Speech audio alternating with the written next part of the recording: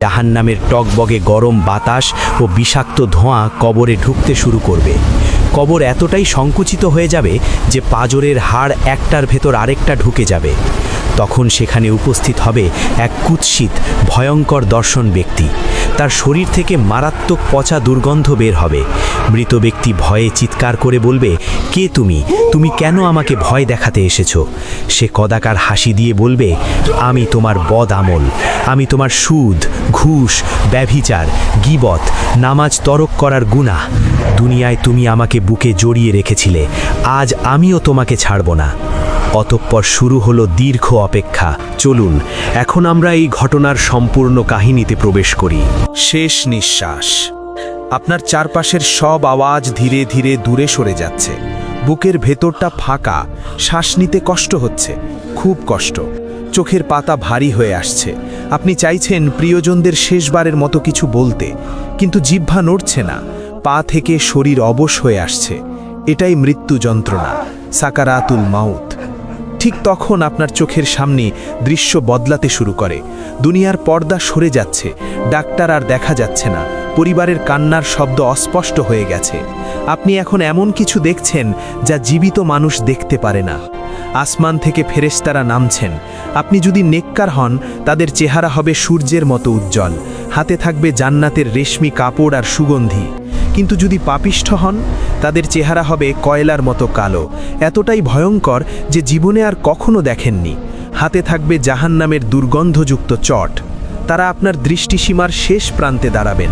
এরপর আপনার মাথার কাছে এসে বসবেন মালাকুল মাউত, আজরাইল আলাইহিসসালাম। তার উপস্থিতিতে ঘরে নামবে ভারী নীরবতা। তিনি আপনার রুহের মুখোমুখি হবেন।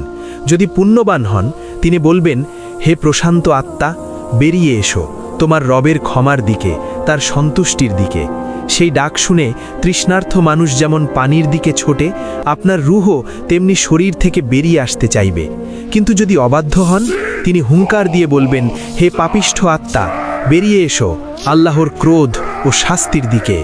ভয়ে আপনার রুহ শরীরের ভেতরে পালাতে চাইবে, প্রতিটি শিরা উপশিরায় লুকিয়ে পড়তে চাইবে। মুমিনের রুহ বের হয় কলস থেকে পানির ফোঁটা গড়িয়ে পড়ার মতো। কোনো কষ্ট নেই, যেন এক গভীর প্রশান্তির ঘুমে তলিয়ে যাচ্ছেন। রুহ বের হওয়ার সাথে সাথে ঘরে ছড়িয়ে পড়ে জান্নাতের মিস্ক আম্বারের সুগন্ধ। রহমতের ফেরেশতারা চোখের পলকে সেই পবিত্র আত্মাকে জান্নাতের রেশমি কাপড়ে জড়িয়ে নেন। কিন্তু পাপিষ্ঠের রুহ তা টেনে হিঁচড়ে বের করা হয়, যেভাবে ভেজা পশমের ভেতর থেকে কাঁটাযুক্ত লোহার শিক জোর করে টানা হয়। হাদিসে এসেছে, শিরা উপশিরা ছিঁড়ে যাওয়ার মতো যন্ত্রণা হয়। রুহ শরীর ছাড়তে চায় না, কিন্তু ফেরেশতাদের আঘাতে তাকে বের হতে বাধ্য করা হয়। বের হওয়ার পর লাশের পচা দুর্গন্ধের মতো দুর্গন্ধ ছড়ায়। তারপর সেই অপবিত্র রুহকে জাহান্নামের কালো খসখসে কাপড়ে মুড়িয়ে ফেলা হয়। এখন আপনার রুহ দেহকে দেখছে। নিচে সন্তানেরা কাঁদছে, স্বামী স্ত্রী বিলাপ করছেন, মা বাবা শোকে পাথর হয়ে গেছেন। আপনি চিৎকার করে বলতে চাইছেন, আমি মরিনি, আমি সব দেখতে পাচ্ছি। কিন্তু আপনার আওয়াজ কারো কানে পৌঁছাবে না। মানুষের জগৎ আর আপনার জগতের মাঝে তৈরি হয়েছে এক অদৃশ্য দেওয়াল। ফেরেশতারা আপনাকে নিয়ে আকাশের দিকে উড়াল দেয়। পথে আসমানের ফেরেশতারা জিজ্ঞেস করেন, কার রুহ এটি? নেককার হলে তারা দুনিয়ার সবচেয়ে সুন্দর নামে আপনার পরিচয় দেন। আকাশের দরজা আনন্দের সাথে খুলে দেওয়া হয়। প্রতিটি আসমানের ফেরেশতারা আপনাকে অভ্যর্থনা জানান। কিন্তু দুর্ভাগা হলে ফেরেশতারা আপনার সবচেয়ে ঘৃণিত নাম উল্লেখ করেন।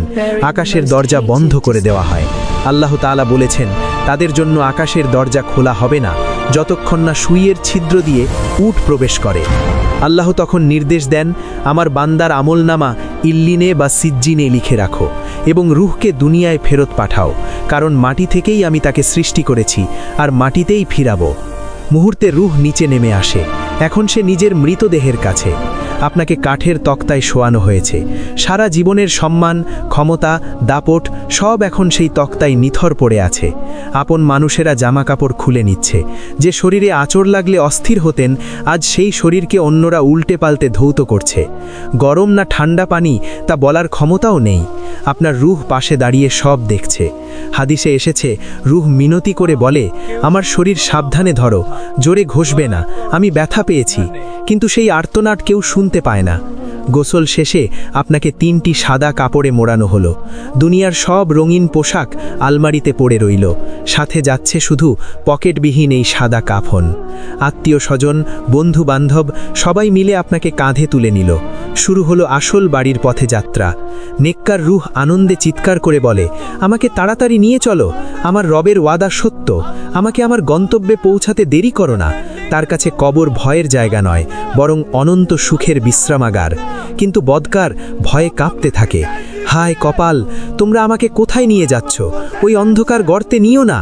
তার এই ভয়ঙ্কর চিৎকার মানুষ আর জিন ছাড়া পৃথিবীর সব পশু পাখি শুনতে পায়। যদি মানুষ শুনতে পেত, তারা ভয়ে বেহুশ হয়ে যেত। খাটিয়া কাঁধ বদল হচ্ছে, পরিচিত রাস্তা পেছনে পড়ে যাচ্ছে, সামনে দেখা যাচ্ছে বাঁশঝাড় যেখানে মাটি খোঁড়া আছে। অবশেষে সেই মুহূর্ত এসে গেল, আপনাকে নামিয়ে দেওয়া হচ্ছে মাটির সেই ছোট্ট কুঠুরিতে।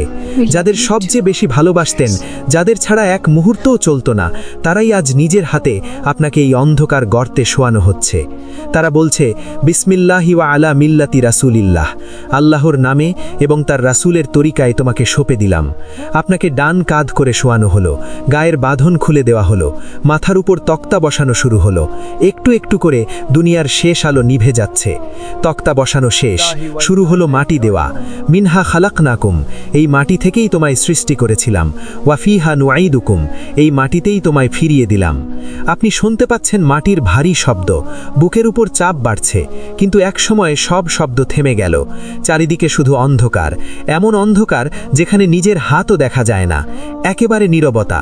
রাসূলুল্লাহ সাল্লাল্লাহু আলাইহি ওয়াসাল্লাম বলেছেন, মৃত ব্যক্তি তখন স্বজনদের চলে যাওয়ার জুতার শব্দও শুনতে পায়।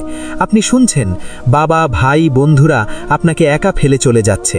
যে দুনিয়ার জন্য সারাটা জীবন এত কিছু করেছেন, সেই দুনিয়া আজ আপনাকে মাটির নিচে রেখে উপরে হেঁটে চলে যাচ্ছে। ঠিক তখন ঘটবে এক অনিবার্য ঘটনা। কবর আপনাকে দুই পাশ থেকে চাপ দেবে। হাদিসে এসেছে, এমন কোনো মানুষ নেই যে কবরের এই চাপ থেকে রেহাই পাবে, এমনকি মাসুম বাচ্চারাও নয়। মুমিন হলে মা যেমন সন্তানকে মায়া নিয়ে জড়িয়ে ধরে, কবর আপনাকে সেভাবে আলতো চাপ দেবে। কিন্তু অবাধ্য বান্দা হলে মাটি দুই পাশ থেকে এমনভাবে চেপে ধরবে যে এক পাঁজরের হাড় অন্য পাঁজরের ভেতরে ঢুকে যাবে। আপনি চিৎকার করে আর্তনাদ করবেন, কিন্তু মাটির দেওয়াল ভেদ করে সেই চিৎকার বাইরে যাবে না। আপনি এখন সম্পূর্ণ একা, একেবারে সঙ্গীহীন, আলোহীন, নির্জন কবরে। আপনার নিস্তব্ধতা ভেঙে দিতে উপস্থিত হবেন দুইজন ফেরেশতা, মুনকার ও নাকির। তাদের চেহারা এত ভয়ঙ্কর যে হাদিসে বলা হয়েছে পাহাড়ও তাদের দেখে কেঁপে ওঠার কথা। তাদের হাতে বিশাল লোহার হাতুড়ি। তারা আপনাকে ধমক দিয়ে উঠিয়ে বসাবেন। কোনো ভনিতা নেই। শুরু হবে আপনার অনন্ত জীবনের পাশ ফেল নির্ধারণের পরীক্ষা। প্রথম প্রশ্ন, মান রব্বুকা, তোমার রব কে? দ্বিতীয় প্রশ্ন, মা দীনুকা, তোমার দিন কি ছিল? তৃতীয় প্রশ্ন, মান হাজার রাজুল, এই ব্যক্তি কে? শুনতে সহজ মনে হচ্ছে, কিন্তু কবরের এই পরীক্ষা স্মৃতিশক্তির পরীক্ষা নয়, এটি ঈমানের পরীক্ষা। যিনি দুনিয়ায় রবের গোলামি করেছেন, যার হৃদয়ে আল্লাহর ভয় ছিল, আল্লাহ তার অন্তরকে স্থির করে দেবেন। তার জিহ্বা কোনো জড়তা ছাড়াই পরম শান্তিতে বলবে, রাব্বি আল্লাহ, আমার রব আল্লাহ, দীনই আল ইসলাম, আমার দিন ইসলাম। আর রাসূলের চেহারা দেখামাত্র চিনে ফেলবেন, ইনি রাসূলুল্লাহ মুহাম্মদ সাল্লাল্লাহু আলাইহি ওয়াসাল্লাম। ফেরেশতারা জিজ্ঞেস করবেন, তুমি জানলে কিভাবে? তিনি বলবেন, আমি আল্লাহর কিতাব পড়েছি, তার উপর ঈমান এনেছি এবং সত্য বলে মেনে নিয়েছি। কিন্তু যিনি দুনিয়ায় আল্লাহকে ভুলেছিলেন, শুধু নামেই মুসলিম ছিলেন, তার অবস্থা হবে মর্মান্তিক। তাকে জিজ্ঞেস করা হলে সে তোতলাতে শুরু করবে, ভয়ে জিহ্বা আটকে যাবে। সে বলবে, হা লা আদরি, হায় আমি জানি না, মানুষকে যা বলতে শুনতাম আমিও তাই বলতাম। সে উত্তর দিতে চাইবে, মুখস্থ বিদ্যা কাজে লাগাতে চাইবে, কিন্তু মুখ দিয়ে শব্দ বের হবে না, কারণ এখানে জবান কথা বলে না, কথা বলে আপনার সারা জীবনের আমল। সে পরপর 3টি প্রশ্নেরই জবাব দিতে অক্ষম হবে, এমনকি রাসূলের অবয়ব দেখলেও চিনতে পারবে না। পরীক্ষার উত্তর দেওয়ার সাথে সাথে আসমান থেকে আল্লাহর ফয়সালা চলে আসবে। যিনি সফলভাবে উত্তর দিয়েছেন, তার ব্যাপারে আল্লাহ ঘোষণা দেবেন, আমার বান্দা সত্য বলেছে, তার জন্য জান্নাতের বিছানা বিছিয়ে দাও, তাকে জান্নাতের পোশাক পরাও এবং তার কবরের সাথে জান্নাতের একটি দরজা খুলে দাও। সুবহানাল্লাহ। মুহূর্তে সেই অন্ধকার কবর আর কবর থাকে না, যেন জান্নাতের টুকরো হয়ে যায়। জান্নাত থেকে ফুরফুরে বাতাস আর হৃদয় প্রশান্ত করা সুগন্ধ আসতে শুরু করে। কবরের সংকীর্ণ দেওয়াল দূরে সরতে থাকে, এতটা দূরে সরে যায় যে দৃষ্টির সীমা যত দূর, কবর তত দূর প্রশস্ত হয়ে যায়। তখন সেই মুমিন বান্দা আনন্দে বলবেন, আমাকে ছেড়ে দাও, আমি পরিবারকে গিয়ে এই সুসংবাদটি দিয়ে আসি। কিন্তু ফেরেশতারা বলবেন, না, এখন তুমি ঘুমাও। বাসর রাতে নবদম্পতি যেমন শান্তিতে ঘুমায়, তুমিও তেমনি কিয়ামত পর্যন্ত শান্তিতে ঘুমাও। ঠিক তখন কবরে প্রবেশ করবেন এক সুদর্শন মানুষ, চেহারা চাঁদের মতো উজ্জ্বল, শরীর থেকে সুগন্ধ বের হচ্ছে। মুমিন অবাক হয়ে জিজ্ঞেস করবেন, কে তুমি? তোমার চেহারা এত সুন্দর কেন? সে হাসি মুখে উত্তর দেবে, আমি তোমার সারা জীবনের নেক আমল, আমি তোমার নামাজ, রোজা, দান, সদাকা, কোরআন তেলাওয়াত। দুনিয়ায় আমি তোমার সাথে ছিলাম, আজ এই ঘোর বিপদেও আমি তোমাকে একা ছাড়ব না। সুবহানাল্লাহ। কিন্তু যিনি প্রশ্নের উত্তর দিতে ব্যর্থ হয়েছেন, তার ব্যাপারে আকাশ থেকে বজ্রকণ্ঠে ঘোষণা আসবে, সে মিথ্যা বলেছে, পৃথিবীতে সে সত্যকে গ্রহণ করেনি, সে তার রবের চরম অবাধ্য ছিল। তার নিচে আগুনের বিছানা পেতে দাও এবং জাহান্নামের দিকে একটি দরজা খুলে দাও।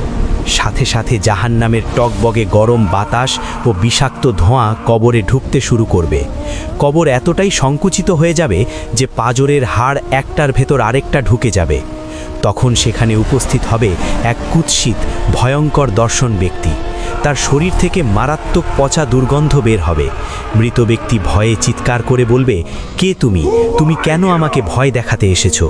সে কদাকার হাসি দিয়ে বলবে, আমি তোমার বদ আমল, আমি তোমার সুদ, ঘুষ, ব্যভিচার, গীবত, নামাজ তরক করার গুনাহ।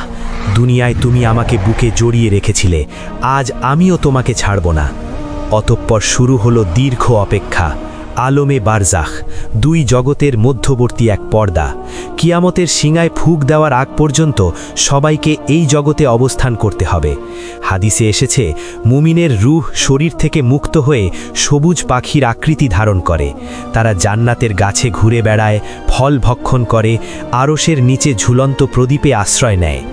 একবার চিন্তা করুন, কিছুক্ষণ আগে যিনি হাসপাতালের বিছানায় যন্ত্রণায় কাতরাচ্ছিলেন, এখন তিনি জান্নাতের বাগানে পরম স্বাধীনতায় ঘুরে বেড়াচ্ছেন।